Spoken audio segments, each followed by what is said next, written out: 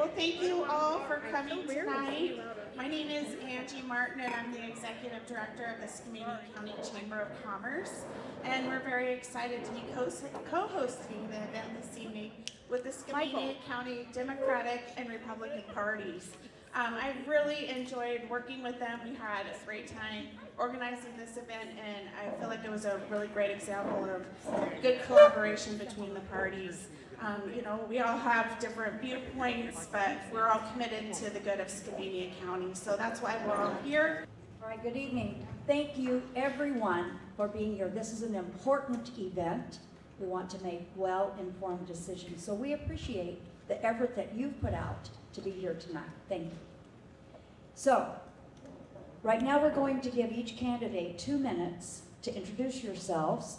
We're going to start at the top of the ballot with Marie Gluessenkamp Perez. Thank you. Tonight you're going to hear a lot of big cultural war issues, big issues that if you spend your time watching MSNBC or Fox News, you hear a lot about already. I don't get my news from Fox News or MSNBC. I get my news from all of you, and that's who I work for. And I've known that the entire 3.5 years I've been in office. From the day I got in, I carried the finish line over on the Wind River tree nursery conveyance from the feds to our county, getting an HVAC system at Carson Elementary School. Within 20 minutes of hearing that funding for rural veteran transportation to VA visits was pulled with no notice, I got on the phone and was making sure that we got that money back for our rural veterans, but for veterans across the country. The Underwood water system, getting funding for the Underwood water system, which became evident that was how urgent that need was right after the Tunnel 5 fire. I found a typewritten letter, older than I was, asking the Army Corps to convey an old building they'd surplused to the Port of Skamania. I brought that out and got that conveyance processed.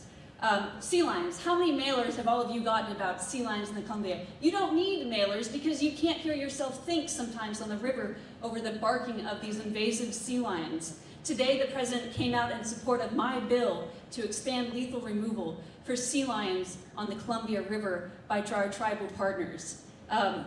SRS. I care deeply about our SRS. It's where my kid's going to go to school, is impacted by that as well. And was able to bring that money back and champion and make sure that we brought that money back to make sure we have secure education. I vote like an independent and I work like a dog, not because I'm afraid of losing an election, but because I love where I'm from, because I feel a deep sense of loyalty to our people and to the people and the sacrifice of everyone who's gone before us to give us this freedom and this spirit of independence and this agency in our lives. Thank you, Congresswoman. Please hold your applause. We're going to hold all applause till the end. Next, we're going to hear from Brent Hennrich.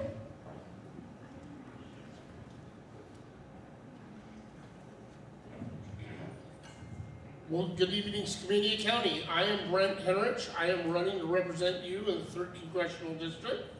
I'm a father of 4. My oldest daughter, Brinley, is 15.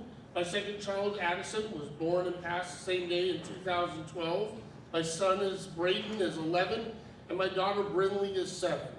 I'm running to make sure that we are doing better for this district, that we are doing better for this country, that we are treating all humans with human rights every day at all times. I'm running to be an actual Democrat. This district voted for a Democrat 2 cycles in a row. We didn't vote to try and get an independent. We need a Democrat to uphold their morals and uphold what they say they're going to do on this campaign trail.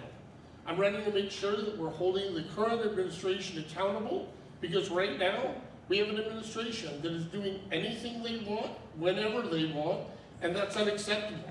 We need a co-equal branch of government in Congress, and we need people that are going to stand up and make sure that that happens. And I'm running to make sure that I am that person. I'm Brent Hennrich, and I hope to earn your vote. Thank you very much. Next, we'll hear from John Saulie-Rohman. What's going on, Stevenson? I'm John Saulie-Rohman. I'm running as an independent. There's going to be a huge elephant in the room that probably won't be discussed tonight. You can cue the groans now, and that is Israel. Why do I say that? Because our politicians are absolutely overcome with lobbying interests that are not the interests of the American people, they're not the interests of this community, and this country in general. Now, there is something very important that all of you should care about. In Congress, right now, when they go back from recess, the National Defense Authorization Act will be up for a vote. What is in that vote? Legislation that incorporates, rather integrates Israel into our military and intelligence infrastructure. A genocidal, absolute monstrosity of a regime folded into this government. If you want to go and you want to support this country, research your candidate, find out where they stand on Israel. If they're willing to accept that lobbying money, they are not standing for you. They're not prioritizing you, they're not prioritizing this country, and we will always lose. I'm John Saulie-Rohman. Thank you for listening. Thank you. Next, we'll hear from Troy Rasband. Hi, my name is Troy Rasband, and evidently I am running for Congress. I'm running as a Democrat, but also as a proud Democratic socialist. When I was younger, my family didn't have much. We relied on things like EBT and Medicaid insurance to pay for my medical bills. And I don't think that our children should be growing up with the shame of wanting food or needing to see a doctor. And I believe that my 3 campaign points address that. Affordability, accountability, and community. I think affordability looks like universal health care through a Medicare for All system, close the gap for those who are already on it, then slowly roll it out, similar in style to Elizabeth Warren's plan. I think we need to bring accountability back into our government through a 2-part solution. We need to install term limits on the judicial branch, and specifically the SCOTUS justices, and we need to expand the court from 9 to 13. On the congressional side, we need to repeal Citizens United, ban stock trading, and ban congresspeople from becoming lobbyists for at least 4 years after they leave office. And finally, for community, I believe that we need to bring it back to the immigrant community. I think the way that we are treating them right now is disgusting, and I believe fundamentally that America is a nation of immigrants. I think we need mandated audits into these facilities, and we need to expand the immigration court judges and the administrative staff to cut down on the processing times. And to sum it up, I don't believe that the elected office ends at making policy. I think it extends to working within your community, and being silent in this moment is being complicit as our rights are eroded away. Thank you. Thank you very much. Next, we'll hear from Senator John Braun.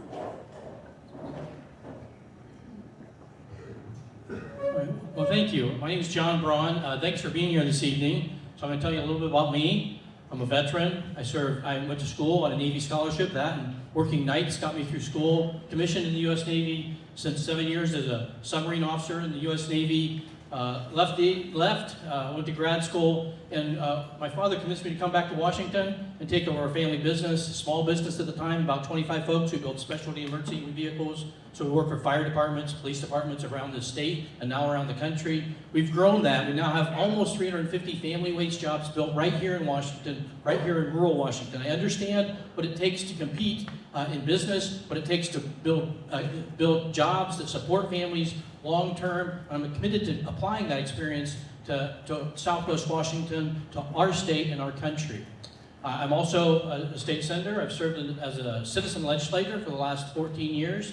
I've worked hard on things like budgets, on policy, on difficult policy to make your lives, your family lives, your communities better long term here in Southwest Washington and around our state. So that's kind of my background, but the most important thing you need to know about me is simple. I've been married to my wife Marlo for 37 years. We've raised 4 now adult children here in the state of Washington. None of them live here right now. 3 are in the military, 1 is a traveling nurse. And if you're like me and my wife, we badly want them to come back to the state of Washington. But to do that, we got to create a Washington they can afford to come back to. That means we have to focus on spending, we got to focus on keeping taxes lower, we got to focus on cost of living, and we got to do the right things for our families, for our communities, and for our state. Thank you for having me here. Thank you very much. Our last one, person is Lawrence Kellogg. Hello, I'm Lawrence Kellogg, go by Larry. I'm running as a center-right Republican, and my background, I was a cargo pilot. I have extensive, I will match anybody running in the 435 seats for international experience, because I was cargo planes around the world doing different stuff. So I saw that, and that was one of the reasons that brought me to want to serve in Congress, is that you saw things going on out there and you gain from the experience.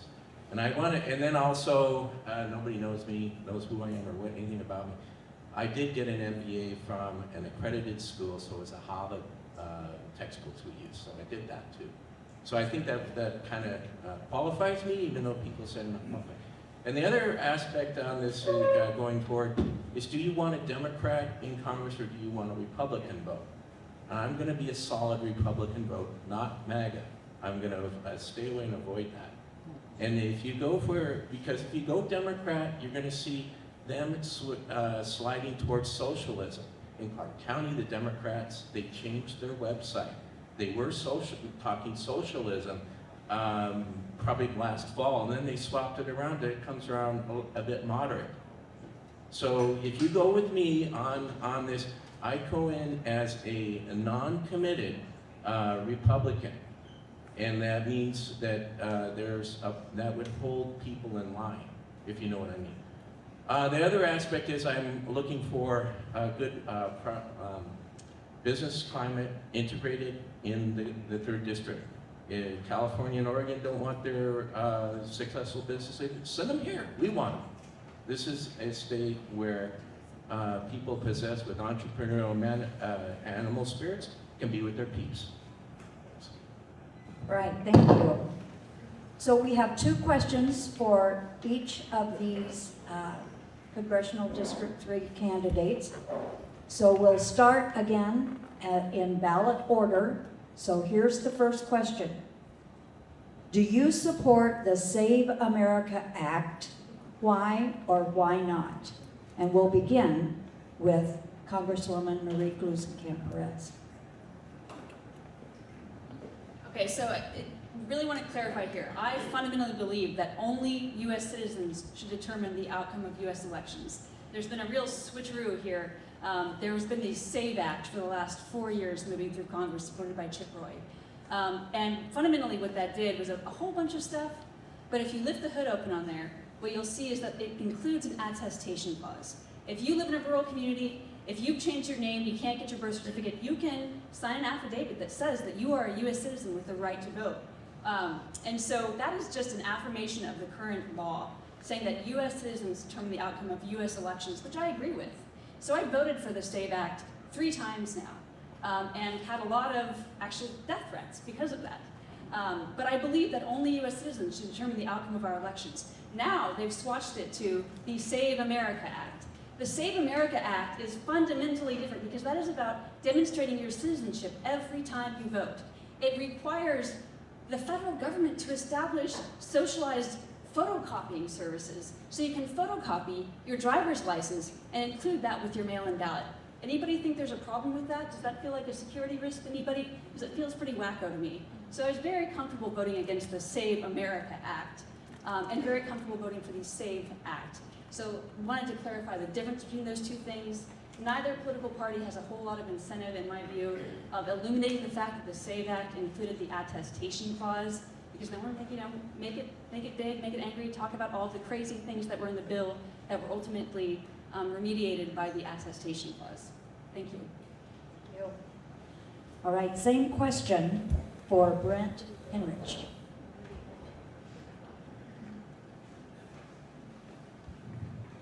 You repeat? Do you support the Save America Act? Why or why not?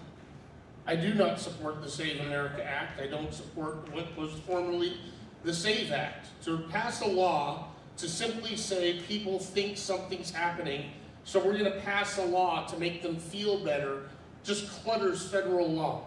It's already illegal for non-citizens to vote. That means the law says that. Why would we need to pass a second law that says that also has potentially harmful side effects that could affect and disenfranchise millions of married women, LGBTQ married people, or those of the other LGBTQ communities who've changed their name for whatever reason that they have had. I don't see the reason in applying solutions to non-problems. Thank you. John Saulie-Rohman? Who's familiar with the concept of problem, reaction, solution? A problem is created, a solution is proposed, but before that, the reaction. So far, up to this date, I haven't seen evidence, aside from a few cases here and there, very sporadic across this country, that would elicit the need for something that, as Brent said, there is already a law in place. Illegal people who are here illegally, they're not going to stick their necks out to vote for a candidate or a president and risk everything that they've worked for to get the better life that they've been. Whether you agree that they're here illegally or not, that's beside the point. The point is, things like this, that prevents, it's another hurdle for voters to get to the polls and drop their ballot in the box for the candidate that they choose. In this country, we should be making it easier, not harder. That's when you get a true representation of the people, the will of the people. By creating hurdles for people to have to jump over, you reduce the number of people that are going to participate, and the only ones that will be is not going to be a representation of the people of this country or this community. So no, I don't support yet another hurdle to prevent people from voting. Thank you. Next is Troy Rasband. I do not support the SAVE Act. I believe that American elections are already secure and that attacking our immigrant community as a shield to implement, quite frankly, disgusting policy makes no sense to me. Our elections were already secure, and I don't see why we have to throw our immigrant community under the bus, as well as millions of women. Thank you. Thank you. Senator Braun?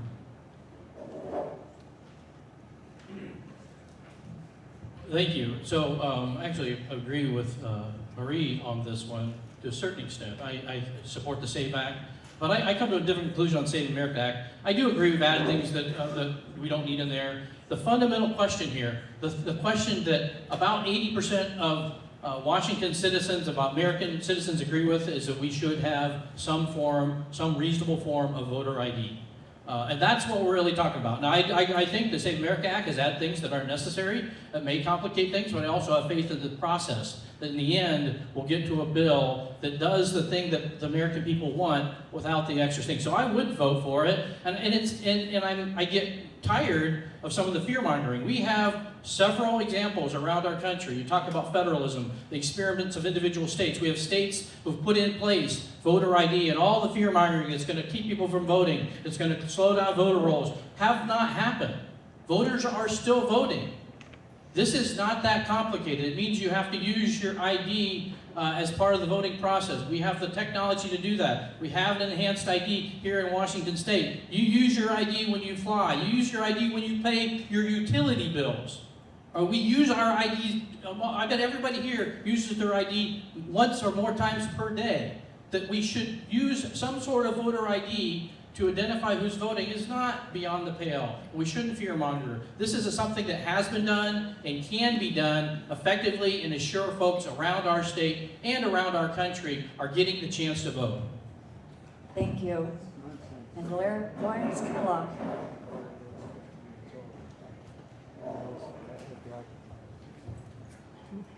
On the subject of our election integrity, folks, I kind of tuned this out. And the reason I tuned it out is because prior to Donald Trump being in the White House, We never heard about problems with the elections. If there are problems, I grant it to these people. You should not be voting if you are not a U.S. citizen. And it's reasonable for people who have questions to want to see a form of voter ID to make sure our elections are showing integrity. But right about now, looking forward, I feel this is Republican purgatory because of all the shenanigans that go on a daily basis out of the White House. And it's going to be, for me, I would put odds it's going to be a bloodbath. And so what is the only thing he does? He says, well, the elections are fraudulent. If I don't win, it's rigged. And you know what? And then he's talking about doing something, running again in 2028. What is it going to be if you see ICE agents standing outside of polls? We don't need that. We do need to make sure our elections are free, fair, and honest. And if people are having an issue and they're saying, this is unfair, I hear all the stories, okay, we'll allay we'll do things, pass laws, or to make sure, the motor voter, they were checking, I'm a citizen with no one checking it. So there are instances maybe where they've got a point. But we can clean it up. But I personally, not too crazy about what's going on because of the comments made. Thank you. Thank you. Mr. Kellogg, if you would stand at the podium, we're going to reverse the order on this next question. Thank you. So the second question, what do you believe is the single biggest economic challenge facing Skamania County, and what would be your top priority to create sustainable family wage jobs? Thank you for asking me that one. I'm not too familiar with forest land industry, and I don't really know what was going on with the clear cutting that was going on in the Reagan administration. I've wondered that. I've also wondered about you guys you're close enough to Portland and Vancouver, but you're still far out. Is there any way to bring industry out here to help out when maybe the agriculture may not be doing enough for you? I really don't know. But for the people of the 3rd District, I'm really big on promoting businesses to come here and thrive. And that means you keep your word to them. It means you keep taxes within the Goldilocks zone. If other states are doing it, what is the best practices and what do people come to expect? Washington State, and this is part of Washington State last time I checked, Washington State, this state punches well above its weight economically. And here, I'll name the top one, Boeing. Phenomenal, made by union workers. And those machines are out on the opposite side of the world, flying people to and from the outside of the world, and it came from here. Microsoft, Costco, Starbucks, the list goes on. And so this state somehow got the mojo to create good businesses. And I want to make sure that good is translated to the people of the 3rd District, that you guys get a good deal, a reward for the hard work and advancements you make as a worker. You want to have a car, you want to own your own homes, we want you to be able to save for some wealth, and we want a safe society. It's an integrated approach. Thank you. Thank you. Senator Braun?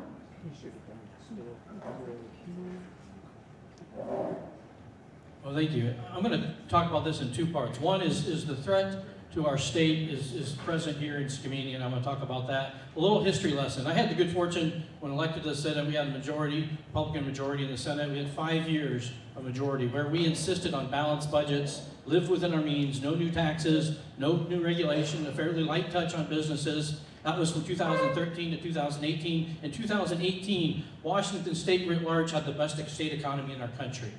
That's what good policy, good budgeting does for our state, and that spreads everywhere. Since then, we've seen a single majority dismantle our economy is step by step. More taxes, more regulation, businesses leaving, people leaving, taking investment and entrepreneurs out of our state. That's bad for our state, and it's bad for Skamania County. So those are the things you got to focus on. Economic policy matters. It matters across our state. It matters in Southwest Washington. It matters across our country.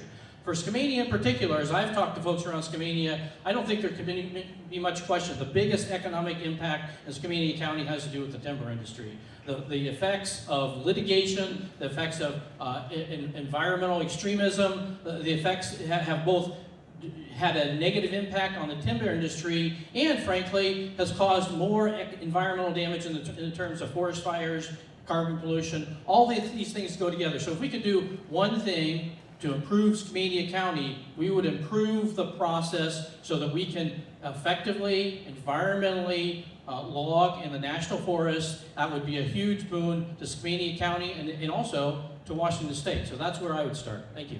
Thank you. Troy Rasband.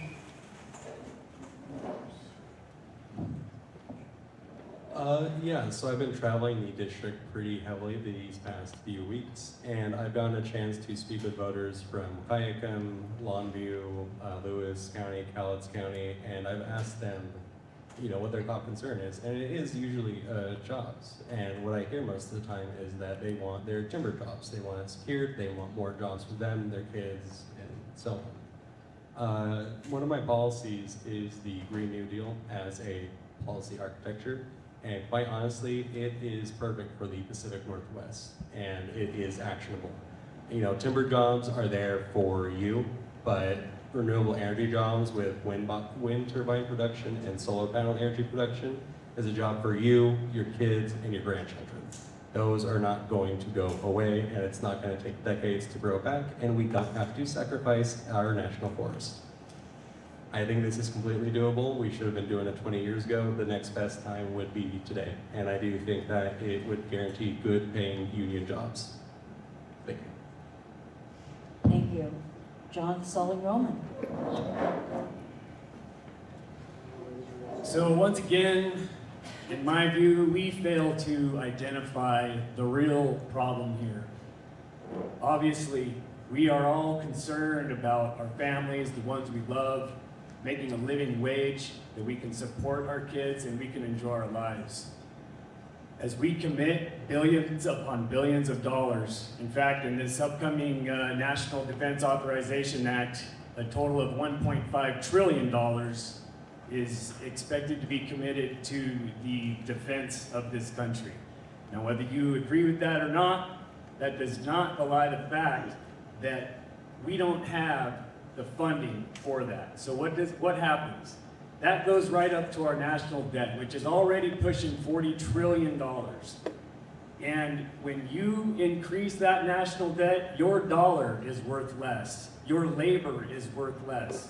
And as Congress commits these billions upon billions to support a war and a genocide built on lies and propaganda, we pay. And so what's the solution? The solution, in my view, is we got to make change, big change. We got to get rid of these so-called representatives that are there representing not the American people, but a foreign and corporate interests that do not share your interests. That is all. Thank you. Thank you. Brent Hennrich.